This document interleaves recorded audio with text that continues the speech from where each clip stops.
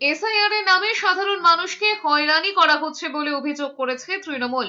Voter তালিকা সংশোধনের প্রক্রিয়া নিয়ে 5 পয়েন্ট তুলে ধরে আপত্তি তুলে মঙ্গলবার সিইও দপ্তরে ডেপুটেশন দিয়েছেন মন্ত্রী চন্দ্রিমা ভট্টাচার্য, শশী পাঁজা, সাংসদ পার্থ ভৌমিক, বাপি হালদার, পুলক রায়রা। এরপর সাংবাদিক বৈঠকে মুখোমুখি হয়ে চন্দ্রিমা ভট্টাচার্য জানিয়েছেন, সম্প্রতি কমিশন একের পর এক নতুন নিয়ম সামনে আনছে। তার কথায় এখন বলা হচ্ছে 81টি বিধানসভা এলাকায় নলেজ অ্যাটিটিউড প্র্যাকটিস বা ক্যাপ সার্ভে হবে, কিন্তু কিসের ভিত্তিতে এই 81 বিধানসভা কেন্দ্র চিহ্নিত করা হয়েছে তা স্পষ্ট নয়। একই সঙ্গে নতুন ভোটার কারা হচ্ছেন এবং কারা স্থানান্তরিত হচ্ছেন এই সংক্রান্ত সমস্ত অনলাইন তথ্য কমিশনের কাছে চাওয়া হয়েছে।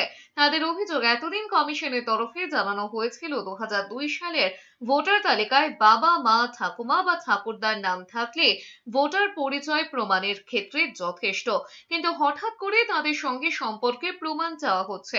পাশাপাশি নামের বানানে ভুল, তার জন্য হিয়ারিং এর নোটিশের প্রয়োজন কি তা নিয়েও প্রশ্ন তোলা হয়েছে। এভাবে বারবার তথ্য চেয়ে সাধারণ মানুষকে বিভ্রান্ত করা হচ্ছে।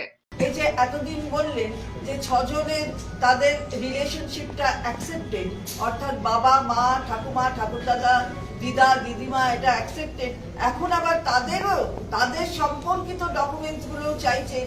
এই যে বারে বারে নানা রকম কথা বলা, এটা কিন্তু কখনো করা উচিত নয় ইলেকশন কমিশনের।